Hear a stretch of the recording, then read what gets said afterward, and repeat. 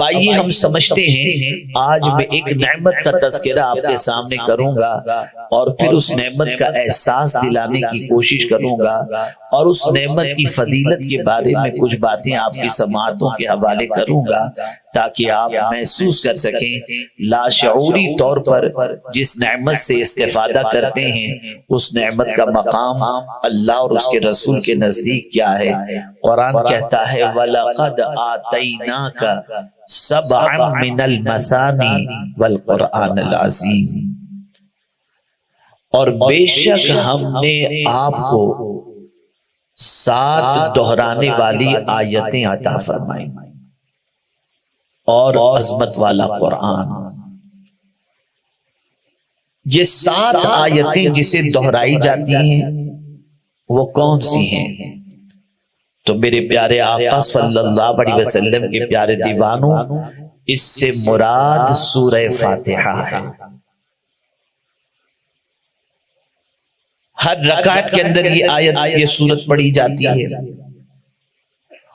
اور بار بار یہ سورت پڑھی جاتی ہے۔ اس سورہ مبارکہ کے حوالے سے رسول اعظم صلی اللہ تعالی علیہ وسلم ارشاد فرماتے ہیں یہ ام القرآن ہے، یعنی سارے قرآن کا علم اللہ نے اس سورہ کے اندر جمع فرما دیا ہے۔ اور میرے پیارے آقا صلی اللہ علیہ وسلم کے پیارے دیوانوں، اس میں 7 آیتیں ہیں۔ جو شخص سورہ فاتحہ کی 7 آیتوں کی تلاوت کرتا ہے اللہ تعالیٰ جہنم کے 7 دروازے اس پر بند کر دیتا ہے۔ علامہ اسماعیل حقی رحمت اللہ تعالی علیہ نے سورہ فاتحہ کے بارے میں اور علامہ جلال الدین سیوطی رحمت اللہ تعالی علیہ نے سورہ فاتحہ کے ناموں کے بارے میں فرمایا کم و بیش اس کے 20 نام ہیں۔ یہ سورۃ الشفا بھی ہے، یہ سورۃ الفاتحہ بھی ہے، یہ سورۃ الوافیہ بھی ہے، یہ سورۃ الکافیہ بھی ہے، یہ سورۃ الرقیہ بھی ہے۔ یہ 7 مثانی ہیں۔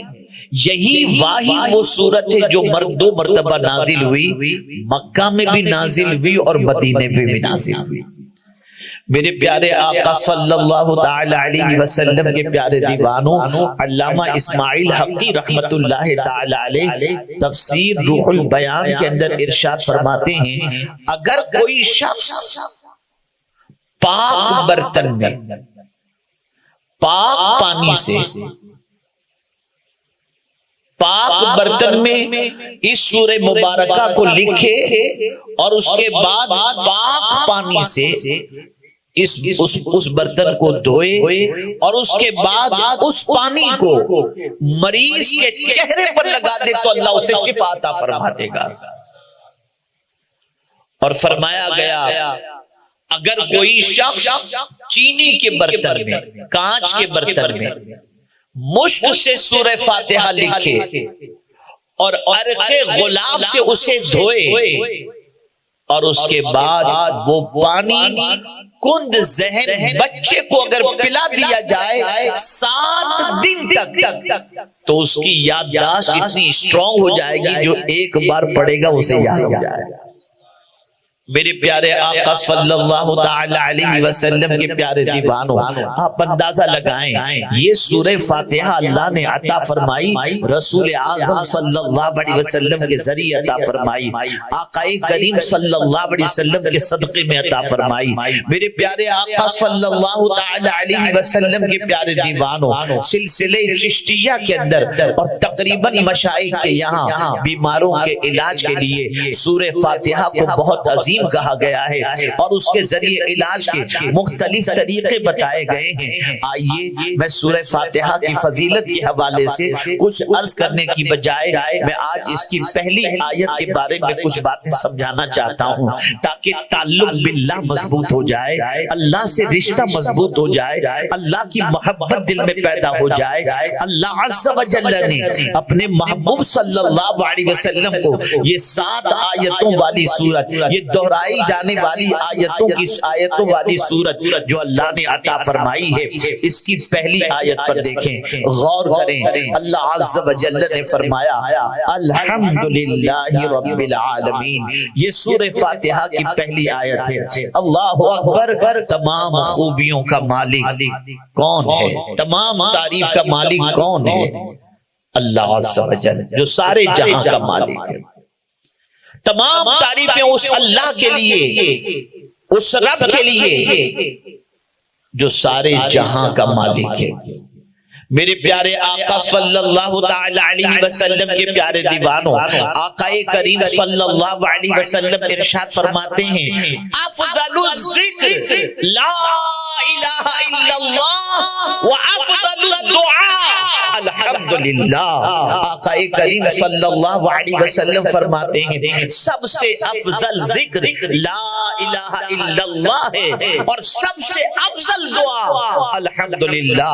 اب اگر کوئی شخص کھانے کے بعد الحمدللہ پڑھتا ہے، پانی پینے کے بعد الحمدللہ پڑھتا ہے، نئے لباس سے بہتر کرنے کے بعد الحمدللہ پڑھتا ہے، صبح اٹھنے کے بعد الحمدللہ پڑھتا ہے، تو حضور صلی اللہ علیہ وسلم فرماتے ہیں اللہ عز و جل کو نعمت دے کر جتنی خوشی نہیں ہوتی، اتنی بندے کا الحمدللہ کہنے پر میرا مولا خوش ہو جاتا ہے۔ میرے مولا کے نزدیک بندے کا الحمدللہ کہنا یہ بہت محبوب ہے، بہت پسندیدہ ہے۔ اب حمد اور شکر، ان دونوں چیزوں کو تھوڑی سی سمجھنے کی کوشش کریں۔ حمد کہتے ہیں کسی کی ذاتی خوبیوں کی بنیاد پر اس کی تعریف کی جائے، اسے کہتے ہیں حمد، اور کسی کے احسانات کے بدلے میں اس کی تعریف کی جائے اسے کہتے ہیں شکر۔ ذاتی خوبیوں کی بنیاد پر تو میرے رب کی جو ذات ہے اس میں جتنی بھی خوبیاں ہیں وہ کسی کی دی ہوئی نہیں، میرے مولا کے پاس ساری خوبیاں خود اپنی ہی ہیں، اور وہ ذات وحدہ لا شریک ہے۔ اب میرے پیارے آقا صلی اللہ تعالی علیہ وسلم کے پیارے دیوانوں، سمجھنے کی کوشش کریں۔ الحمدللہ بظاہر یہ ایک چھوٹا سا جملہ نظر آتا ہے، لیکن اس کی معنویت کو سمجھنا ہے، اس کے مقام اور مرتبے کو سمجھنا ہے۔ تو آئیے حضرت آدم علیہ السلام کی طرف ہم چلتے ہیں۔ اللہ اکبر۔ حضرت آدم علیہ السلام کے جسد خاکی میں جب روح پھونکی گئی اور اس کے بعد آپ کو چھینک آئی تو آپ نے اپنی زبان سے کہا الحمدللہ۔ میرے مولا کو یہ کہنا اتنا پسند آیا کہ سورہ فاتحہ کی ابتدا اسی حضرت آدم علیہ السلام کے جملے سے فرما دی، اور الحمدللہ۔ اب بندہ جب کوئی الحمدللہ کہتا ہے، الحمدللہ رب العالمین کہتا ہے، تو میرے مولا کی رحمت کو جوش آتا ہے، اور اس تعریف کرنے والے بندے کو اللہ تعالیٰ مزید نعمتوں سے مالا مال فرما دیتا ہے۔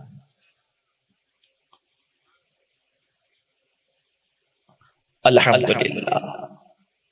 یہاں تک فرمایا گیا کسی نعمت کے ملنے پر اگر کوئی بندہ ایک بار الحمدللہ کہے اسے ثواب ملتا ہے، 2 بار کہے تو ثواب ملتا ہے، اور تیسری بار اسی ایک نعمت کے ملنے پر الحمدللہ کہے تو اللہ اس کے گناہوں کو معاف فرما دیتا ہے۔ یہ ہے الحمدللہ۔ یہ کس کے صدقے میں یہ صورت ملی؟ حضور کے صدقے میں، سرکار صلی اللہ علیہ وسلم کے صدقے میں۔ اب الحمدللہ تمام خوبیاں اللہ کے لیے، اللہ معبود برحق جس کی بندگی کی جائے، جو ہمارا معبود ہے، جو ہمارا معبود برحق ہے، اسی کی بندگی، اسی کی عبادت ہمیں کرنی ہے اور ہم کرتے ہیں۔ لیکن وہ معبود ہے، اس کی دلیل کیا ہے؟ اسی کو قرآن نے کھولا، الحمدللہ رب العالمین، سارے جہان کا پالنے والا۔ تو جو سارے جہان کا پالنے والا ہے وہ وہی ہے جس کی عبادت کی جائے، وہی معبود برحق ہے۔ رب کہتے ہیں پالنے والے کو، رب کا معنی ہوتا ہے مالک، رب کی معنی ہوتا ہے سید، رب کے معنی ہوتا ہے حاکم، رب کے معنی ہوتا ہے، تمام مفسرین نے رب کا معنی پالنے والا، پرورش کرنے والا فرمایا، اور میرے پیارے آقا صلی اللہ علیہ وسلم کے پیارے دیوانوں مفسرین نے یہاں تک بھی فرمایا بتدریج کسی کو کمال تک پہنچانا وہ رب ہوتا ہے، اس کو رب کہتے ہیں، بتدریج کسی کو کمال تک پہنچا دیا۔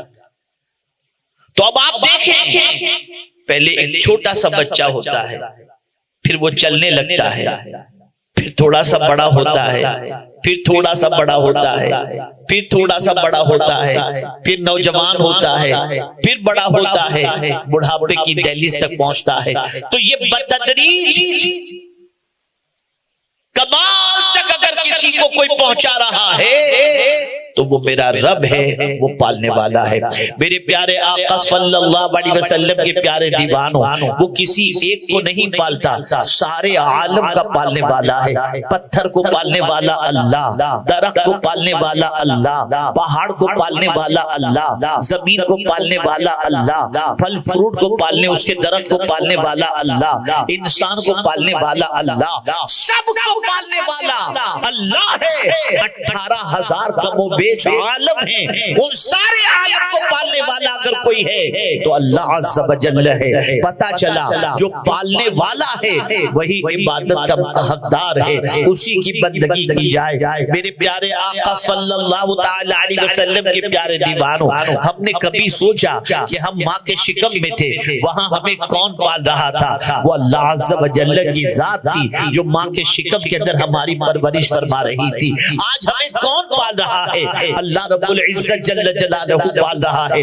میرے پیارے آقا صلی اللہ تعالی علیہ وسلم کے پیارے دیوانوں، آپ ذرا سوچو، پالنے والی ذات اللہ کی ہے، وہ ہماری پرورش فرما رہا ہے، ہمیں جو ہے کمال تک لے جا رہا ہے۔ چلنے کا ڈھنگ اس نے عطا فرمایا، پیر میں قوت اس نے عطا فرمائی، یادداشت اس نے عطا فرمائی، رزق اس نے عطا فرمایا۔ اور میرے پیارے آقا صلی اللہ علیہ وسلم کے پیارے دیوانوں، پورے بدن میں قوت اگر کسی نے عطا فرمائی ہے تو وہ اللہ رب العزت جل جلالہ نے۔ آج وہی تو ہمیں پال رہا ہے، اور پھر یہی نہیں کہ ہمیں پال رہا ہے، ہماری اولاد کو بھی وہی پال رہا ہے، ہماری بیوی کو بھی وہی پال رہا ہے، ہمارے بچوں کو بھی وہی پال رہا ہے، ہمارے رشتہ داروں کو وہی پال رہا ہے، وہی پالنے والا ہے۔ میرے پیارے آقا صلی اللہ تعالی علیہ وسلم کے پیارے دیوانوں، کتنے تعجب کی بات ہے، اگر چند دنوں کی روٹیاں کوئی دے دے تو ہم اس کے حکم کی نافرمانی نہیں کرتے، چند دنوں کی ملازمت اگر کہیں مل جائے تو اس سے کی بات ہم نہیں ٹالتے، لیکن جو رب ماں کی گود سے لے کر زندگی کی آخری سانس تک ہمیں پال رہا ہے۔ آج بندے کی پوزیشن کیا ہے؟ وہ بندہ جس کو اللہ پال رہا ہے، بندہ اس کی بات سننے کو تیار نہیں، اس کے فرامین پر عمل کرنے کے لیے تیار نہیں، اس کی نافرمانی ہو جائے تو اس سے معافی مانگنے کے لیے تیار نہیں۔ کتنی حیرت کی بات ہے، پال خدا رہا ہے، فرمان شیطان کا تم مان رہے ہو، پال خدا رہا ہے، اس کے ارشاد کے خلاف زندگی گزار رہے ہو۔ ایک واقعے کے ذریعے آپ کے دل و دماغ کو تھوڑا سا اللہ عز و جل کے فرمان پر عمل کی طرف مائل کرنے کی کوشش کر سکوں۔ اللہ اکبر، اس واقعے کے ذریعے اگر آپ کا دل و دماغ پرفیکٹ ہو جائے اور سوچ درست ہو جائے تو میں یقین کے ساتھ کہہ سکتا ہوں کہ انشاءاللہ آج کے بعد یہاں سے اٹھیں گے تو جیسے ہی کہیں سے اللہ کا حکم آپ کے کانوں سے ٹکرائے گا آپ اس پر عمل کرنے کی کوشش کریں گے۔ دیکھیے نا، مولانا روم رحمت اللہ تعالی علیہ فرماتے ہیں کہ سلطان محمود ان کا غلام تھا ایاز، کوئی خاص پڑھا لکھا نہیں تھا وہ، لیکن محمود انہیں بہت چاہتے تھے اور ایاز اپنے مالک کی بڑی وفاداری کا مظاہرہ کرتے،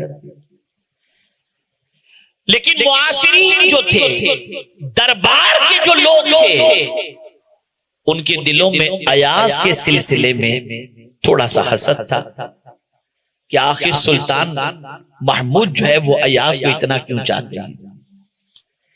ایک مرتبہ توجہ چاہوں گا، سلطان محمود نے ایک قیمتی ہیرا سامنے رکھا اور اپنے جتنے خدام تھے ان سے فرمایا اس ہیرے کو توڑو. ایک ایک کر کے آتے گئے اور سب نے معذرت چاہی اور سب نے کہا کہ حضور یہ اتنا قیمتی ہیرا ہم کیسے توڑ سکتے ہیں. سب آتے گئے معذرت چاہ کر کے چلے جاتے رہے. لیکن جب ایاز کی باری آئی تو ایاز نے ہتھوڑا لیا اور ہیرے کو توڑ دیا. قیمتی ہیرا ٹوٹ گیا, چکنا چور ہو گیا. تو جو لوگ ایاز کے سلسلے میں دل میں حسد رکھتے تھے ان کے دل میں خیال پیدا ہوا اب تو ایاز بادشاہ کی نظر سے گر جائے گا, اور اس نے اپنی جہالت کا پورا ثبوت دے دیا ہیرے کو توڑ کر کہ یہ کتنا بڑا بے وقوف ہے, اب بادشاہ اپنے دربار سے نکال دے گا.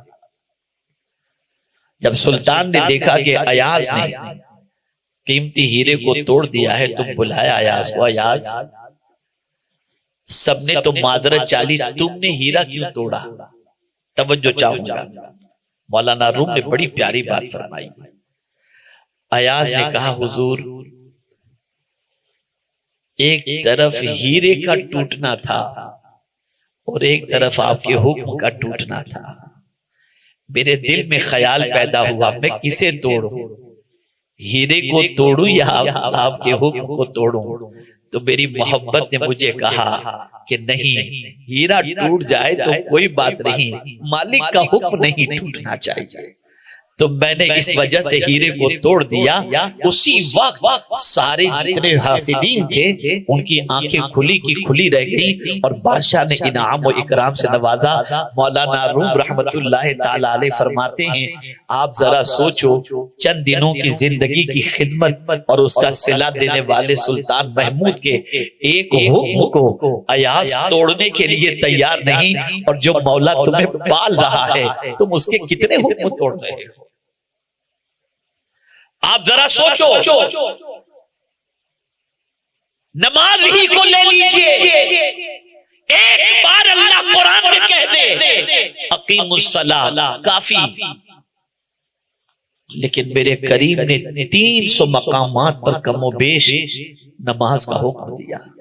صبح ہوتے ہی نماز کا حکم ٹوٹ رہا ہے, اللہ کی نافرمانی ہو رہی ہے, پالنے والے کی فکر ختم, رب العزت جل جلالہ کے احکام کی پرواہ کرنے کی کوئی فکر نہیں, کوئی پرواہ نہیں کی جا رہی. صبح و شام اللہ کا حکم توڑا جا رہا ہے, صبح و شام اللہ کی نافرمانی کی جا رہی ہے. یہ خیال دل سے نکل گیا کہ ہم اللہ کا حکم اگر توڑیں گے تو اللہ کتنا ناراض ہوگا. مجھے بتاؤ, ماں باپ بھی پالتے ہیں, ماں باپ کو ناراض کرنے والے کے حوالے سے رسول اعظم صلی اللہ علیہ وسلم نے فرمایا باپ کی خوشی میں اللہ کی خوشی ہے, اور ماں جنت کے ماں کے قدموں کے نیچے اللہ نے جنت رکھ دی ہے. میں آپ سے پوچھنا چاہتا ہوں, ماں باپ کے ساتھ اچھے سلوک کا حکم, ماں باپ کا احترام کرنے کا حکم, ماں باپ کی نافرمانی سے بچنے کا حکم, اور ماں باپ کے احسان اور ماں باپ سے حسن سلوک کا حکم, اور ماں باپ کی خوشی کے اندر اللہ کی خوشی کے حوالے سے ارشادات موجود.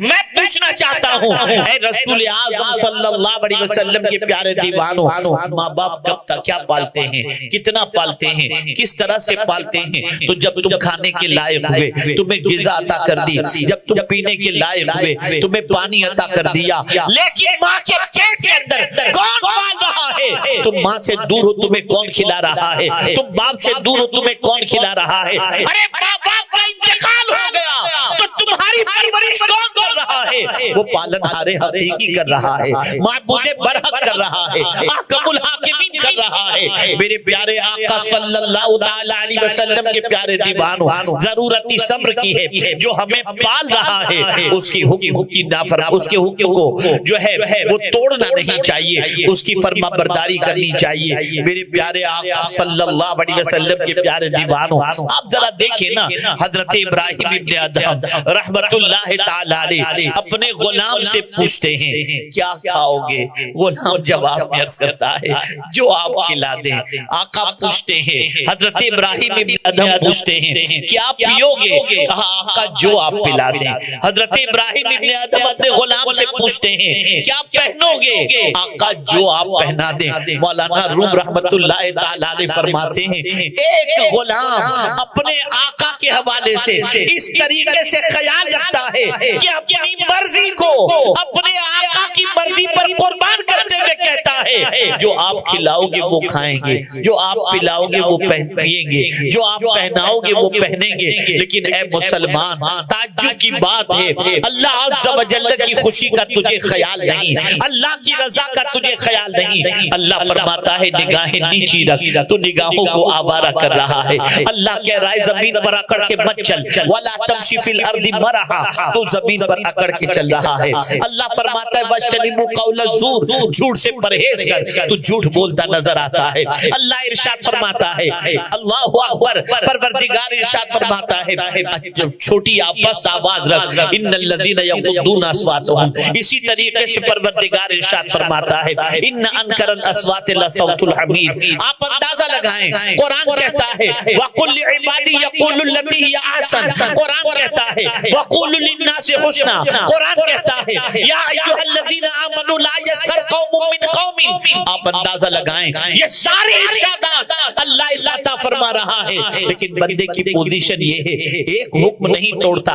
ایسا لگتا ہے معاذ اللہ کہ اللہ کا کوئی حکم ایسا اس کی نظر میں ہے ہی نہیں جس پر وہ عمل کرے۔ بات ساری شیطان کی مان رہا ہے، صبح اٹھتا ہے تو شیطان کے نقش قدم پر شیطان جو کہہ دے الشیطان یعدکم الفقر ویامرکم بالفحشاء، شیطان برائی کا حکم دیتا ہے اور مسلمان ہے کہ برائی کے راستے پہ جا رہا ہے، بدکرداری کے راستے پہ جا رہا ہے، روزانہ رات کو اپنی نگاہوں کو گندی کر رہا ہے اور اپنے دامن پر گناہوں کے دھبوں میں اضافہ کر رہا ہے۔ اے رسول اعظم کے دیوانوں، پالنے والی ذات خدا کی ہے، پرورش کرنے والی ذات خدا کی ہے، زندگی دینے والی ذات خدا کی ہے، سب کچھ اللہ عز و جل فرما رہا ہے، لیکن ہم ہیں کہ اپنے رب کے حکم کا کوئی لحاظ نہیں رکھتے، اس کے حکم کی نافرمانی کر کے اپنی دنیا اور آخرت دونوں تباہ و برباد کرتے نظر آ رہے ہیں۔ میرے پیارے آقا صلی اللہ تعالی علیہ وسلم کے پیارے دیوانوں، رب ہمیں پال رہا ہے، اللہ ہمیں پال رہا ہے، سب کو پال رہا ہے۔ جب ہمیں وہ پال رہا ہے تو ہماری ذمہ داری بن جاتی ہے کہ اس کی نافرمانی نہ کریں، اس کے ارشاد کے خلاف عمل نہ کریں۔ جتنی بھی مخلوق ہے ساری مخلوق کو پالنے والی ذات اللہ کی ہے، لیکن کوئی مخلوق ایسی نہیں جو اللہ کی نافرمانی کرتی۔ میں ایک مثال کے ذریعے سمجھاؤں، سورج کو بھی پالنے والا اللہ، ہر شے کا پیدا کرنے والا اللہ، اللہ خالق کل شے۔ ایک آدمی کو کتنا کانفیڈنس ہے، کتنا یقین ہے، تقویم بنانے والا، اور آپ ہم سب کی پوزیشن دائمی تقویم پر اتنے بھروسے والی ہے کہ ہم جو دائمی تقویم ہے اس میں اگر غروب سورج غروب ہونے کا وقت 6:15 لکھا ہوا ہے تو ہم رمضان کا ٹائم ٹیبل بناتے ہیں تو وہی وقت مینشن کرتے ہیں۔ اندر سے ہمارا ضمیر کہتا ہے سورج نہ 1 منٹ پہلے غروب ہوگا نہ 1 منٹ بعد میں غروب ہوگا، جو وقت لکھا گیا ہے اسی وقت پر غروب ہوگا۔ ہم اپنے روزے کی افطار اسی وقت کرتے ہیں، ہمارا ضمیر کہتا ہے سورج اللہ کی نافرمانی نہیں کرے گا۔ حیرت کی بات ہے وہ سورج جس کو اللہ نے ہمارے لیے پیدا کیا، یاد رکھیں ساری اللہ عز و جل نے زمین و آسمان کے اندر جو کچھ بھی ہے وہ بندوں کے لیے پیدا کیا، لیکن وہ ساری چیزیں جو ہمارے لیے اللہ نے پیدا فرمائی ہیں وہ سب تو اللہ کی بات مان رہی ہیں، لیکن ہمارا حال یہ ہے کہ ہمیں اشرف المخلوقات بنایا لیکن ہم اللہ کی بات ماننے کے لیے تیار نہیں۔ ہر گناہ سے دامن آلودہ ہوتا جا رہا ہے، ہر نافرمانی کے شکار ہم ہوتے جا رہے ہیں۔ آج اگر معاشرے کا جائزہ لیا دیا جائے تو العیاذ باللہ گناہوں کے دلدل میں اتنے ڈوب چکے ہیں کہ جس کی کوئی انتہا نہیں۔ اللہ اکبر۔ میرے پیارے آقا صلی اللہ علیہ وسلم کے پیارے دیوانوں، ہماری نظریں تو ویسی نہیں جو انسان کو اس اعتبار سے دیکھ سکیں، لیکن حضرت شیخ عبدالعزیز محدث دہلوی رحمت اللہ تعالی علیہ کے یہاں گئی، ایک اللہ والے، ان کی نسل سے، ان کے خاندان سے، آپ جانتے ہیں ان کے چہرے کو اللہ نے بڑا بارونق کیا تھا، وہ جہاں سے گزرتے لوگ ان کا دیدار کرتے اور ان کے دیدار سے اپنی آنکھوں کو ٹھنڈک پہنچاتے۔ آپ نے ایک کام کیا تھا، اپنے گھر کے اندر عبادت کے لیے ایک جگہ بنا لی تھی، آپ وہیں نماز ادا کرتے تھے۔ پہلے روزانہ مدرسہ اور مسجد جایا کرتے تھے، انسانوں کا ہجوم بڑھا اور انسان دیدار کے لیے جب بہت زیادہ تڑپنے لگے اور پریشان کرنے لگے تو آپ جمعہ جانے لگے۔ جب جمعہ کو جاتے تو رومال اپنے آگے کر لیتے اور رومال آگے کرنے کے بعد چہرے کو چھپانے کی کوشش کرتے اور جمعہ کی نماز کے لیے جاتے۔ ایک دن خادم نے کہا، حضور کیا بات ہے، آپ چہرے پر رومال اتنا قریب کر دیتے ہیں کہ آپ کا رخ زیبا لوگوں کو نظر نہیں آتا، حضور یہ دیوانے آپ کے چہرے کو دیکھنے کے لیے ترستے ہیں، ذرا رومال ہٹا دیا کیجئے تاکہ لوگ آپ کے دیدار سے اپنی آنکھوں کو ٹھنڈک کر لیں۔ اتنا سننا تھا، جلال میں آئے، نکالا اپنا رومال اور اپنے خادم کے سر پر رکھ دیا۔ تھوڑی دیر کے بعد خادم بے ہوش ہو کر کے گر گیا، اٹھتا ہے، ہوش میں آنے کے بعد تو آپ سے عرض کرتا ہے، حضور مجھے نہیں معلوم تھا کہ اس رومال کی تاثیر کیا ہے، حضور صحیح کیا آپ نے اپنے چہرے پہ رومال ڈالے جو رکھا ہے، وجہ یہ ہے کہ جب آپ نے میرے سر پر رومال ڈالا تو میں نے دیکھا مجھے انسانوں کی شکل کے اندر جانور نظر آ رہے تھے، کوئی خنزیر نظر آ رہا تھا، کوئی کتا نظر آ رہا تھا۔ اللہ اکبر۔ وجہ بیان کر رہے ہیں، وجہ یہ تھی کہ آج انسانوں کی پوزیشن یہ ہو گئی، خنزیر کی عادت بے حیائی والی اس کے اندر آ گئی، کتے کی عادت جو ہرس و طمع والی ہے وہ اس کے اندر آ گئی۔ اللہ والے انسانوں سے جو دور بھاگتے ہیں اس کی وجہ یہ ہے کہ وہ انسانی شکل کے اندر اپنی خراب عادتوں کی بنیاد پر اور باطن کی خرابی کی بنیاد پر وہ اس شکل میں اللہ والوں کو نظر آتا ہے۔ اے رسول اعظم صلی اللہ تعالی علیہ وسلم کے دیوانوں، اللہ سے ڈرو، اللہ کی حکم عدولی سے ڈرو، اس پالنہار حقیقی کی فرما برداری کرو، اس کی نافرمانی سے بچو۔ میرے پیارے آقا صلی اللہ تعالی علیہ وسلم کے پیارے دیوانوں، ایک بات اچھی طریقے سے ذہن کے اندر رکھیں اور دل و دماغ کے اندر محفوظ کر لیں۔ میرے پیارے آقا صلی اللہ علیہ وسلم کے پیارے دیوانوں، سوائے جن کے اور سوائے انسان کے اللہ کی نافرمانی کوئی کرتا نظر نہیں آتا، وہ بھی سب نہیں الا ماشاءاللہ۔ لیکن میں آپ کو بتاؤں، باقی جتنی بھی مخلوق ہیں وہ سب اللہ کی فرما برداری، یہاں تک کہ شیر بھی اللہ کی فرما برداری کرتا ہے اور بکری بھی اللہ کی فرما برداری کرتی ہے۔ میں مثال کے ذریعے آپ کو سمجھاؤں تو بات اچھی طرح سے سمجھ میں آ جائے گی۔ شیر کے سامنے گھاس رکھ دیجئے، شیر نہیں کھائے گا، اور بکری کے سامنے مردار رکھ دیجئے، بکری مردار نہیں کھائے گی۔ بکری جانتی ہے کہ اس کی خوراک یہ مردار نہیں گھاس ہے، اور شیر جانتا ہے اس کی خوراک گھاس نہیں مردار ہے۔ اے مسلمان، تجھے کیا ہو گیا کہ تو یہ بھی نہیں دیکھتا تیرے لیے اللہ نے کیا حلال فرمایا اور کیا حرام فرمایا؟ جو جی میں آیا کھا رہا ہے، جو جی میں آیا پی رہا ہے۔ تجھے اللہ کے حکم کا، اللہ کے فرمان کا، رسول اعظم صلی اللہ علیہ وسلم کے ارشاد کا کوئی خیال نہیں۔ اے رسول اعظم صلی اللہ علیہ وسلم کے دیوانوں، یہ بات اچھی طرح سے ذہن میں رکھو، جب انسان اللہ کی نافرمانی کرتا ہے تو سب سے پہلے اللہ تعالیٰ اس کے دل کو کمزور کر دیتا ہے۔ یاد رکھیں، اللہ کی نافرمانی سے دل کمزور ہوتا ہے اور اللہ کی فرما برداری سے انسان کا دل مضبوط ہوتا ہے۔ آج اگر ہم چوہے سے ڈر جاتے ہیں، چھپکلی سے ڈر جاتے ہیں، مچھر سے گھبرا جاتے ہیں، وجہ یہ کہ ہمارا دل کمزور ہو چکا ہے۔ لیکن اللہ والے شیروں پر سوار ہو کر کے نکلتے تھے، انہیں کوئی خوف نہیں ہوتا تھا، اس لیے کہ وہ گناہ سے بچے ہوئے تھے۔ مجھے یاد آ رہا ہے افریقہ کے اندر جب اللہ کے رسول صلی اللہ علیہ وسلم ایک صحابی پہنچے، اور پہنچنے کے بعد انہوں نے دعوت دین کا کام انجام دیا اور علاقے کے علاقے آغوش اسلام میں آنے لگے، تو بعد میں یہ طے ہوا کہ اب کیا کرنا چاہیے، کہیں ایسا نہ ہو کہ ہم چلے جائیں اور بعد میں یہ اسلام سے ہاتھ دھو بیٹھیں۔ تو طے ہوا کہ ہم سب نے یہاں کچھ عرصے تک قیام کرنا چاہیے۔ اب صحابہ کی تابعین کی فوج بڑی لمبی تھی، اللہ اکبر کہاں قیام کریں گے؟ تو خیال آیا کمانڈر نے، اس زمانے کے وہ صحابی رسول نے، انہوں نے فوراً فرمایا فلاں جنگل میں ہم قیام کریں گے۔ تو ماتحت والوں نے کہا حضور جنگل میں درندے ہوتے ہیں، کیڑے مکوڑے ہوتے ہیں، اگر کھا جائیں گے تکلیف پہنچائیں گے، اذیت پہنچائیں گے، جنگل میں کیسے رہیں گے؟ اللہ اکبر۔ وہ صحابی رسول فرماتے ہیں تمہیں گھبرانے کی کوئی ضرورت نہیں، ہم رہیں گے تو انشاءاللہ جنگل میں ہی سب کا انتظام وہیں پر ہوگا، اور تم گھبراؤ نہیں، کوئی درندہ تمہیں کچھ نہیں کر سکتا۔ یہ کہتے ہوئے سب نے، جب انہوں نے یہ فرمایا سب اطاعت کرتے ہوئے ان کے پیچھے پیچھے چل پڑے۔ جنگل کے آنے سے پہلے بلند آواز سے انہوں نے ارشاد فرمایا اے جنگل کے جانوروں، اے جنگل کے حشرات الارض، سب جنگل خالی کر دو، مصطفیٰ کے غلام اس میں رہنا چاہتے ہیں۔ بس اتنا کہنا تھا کہ تھوڑی دیر کے اندر جنگل خالی ہوتا ہوا نظر آ رہا ہے۔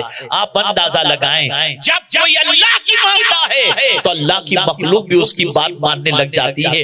آج ہماری اولاد ہماری بات نہیں مانتی، وجہ یہ ہے کہ ہم اللہ کی بات نہیں مانتے۔ ایک جملہ عرض کر کے میں اپنی گفتگو کو ختم کر دوں۔ ہم فجر کی نماز کے لیے اپنے بچوں کو آواز دے کر اٹھائیں تو بچہ نہیں اٹھتا، ہلا کر کے اٹھائیں نہیں اٹھتا، ٹھوکر مار کے اٹھائیں تو نہیں اٹھتا، اللہ اکبر کروٹ لے کے سو جاتا ہے۔ کیا وجہ ہے؟ ہماری ٹھوکروں سے زندہ بچہ ہمارا اٹھتا نہیں دکھائی دیتا، لیکن غوث پاک ٹھوکر مارے تو مردہ زندہ ہو جائے۔ وجہ سب سے بڑی یہ ہے جو قدم اور جو پیر اللہ کی فرما برداری کرتے ہیں، اللہ تعالیٰ ان پیروں میں طاقت و توانائی عطا فرما دیتا ہے۔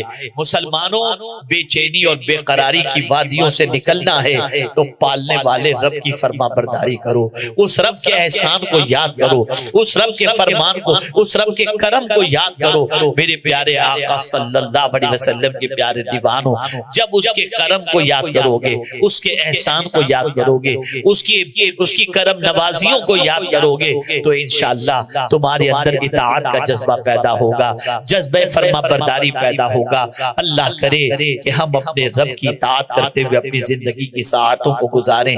میرے پیارے آقا صلی اللہ علیہ وسلم کے پیارے دیوانوں، سورہ فاتحہ کی تلاوت کثرت سے کیا کریں، مریضوں کو پڑھ کر اس سے دم کیا کریں، سورہ فاتحہ کے اسرار و رموز کو سمجھنے کی کوشش کریں، سورہ فاتحہ کے معنی کو سمجھنے کی کوشش کریں۔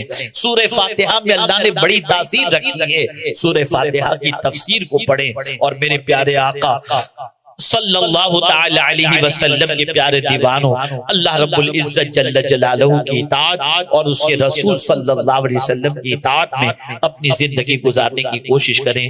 اللہ رب العزت آقا کریم رؤوف الرحیم علیہ التحیۃ والتسلیم کے صدقہ و طفیل ہم سب کو اللہ اور اس کے رسول صلی اللہ علیہ وسلم کے ارشادات پر عمل کی توفیق نصیب فرمائے، گناہوں سے بچنے کی توفیق نصیب فرمائے، بد کرداری سے بچنے کی توفیق نصیب فرمائے، بے عملی سے بچنے کی توفیق نصیب فرمائے، اور رب قدیر جل جلالہ رسول اعظم صلی اللہ علیہ وسلم کی شفاعت نصیب فرمائے۔ وما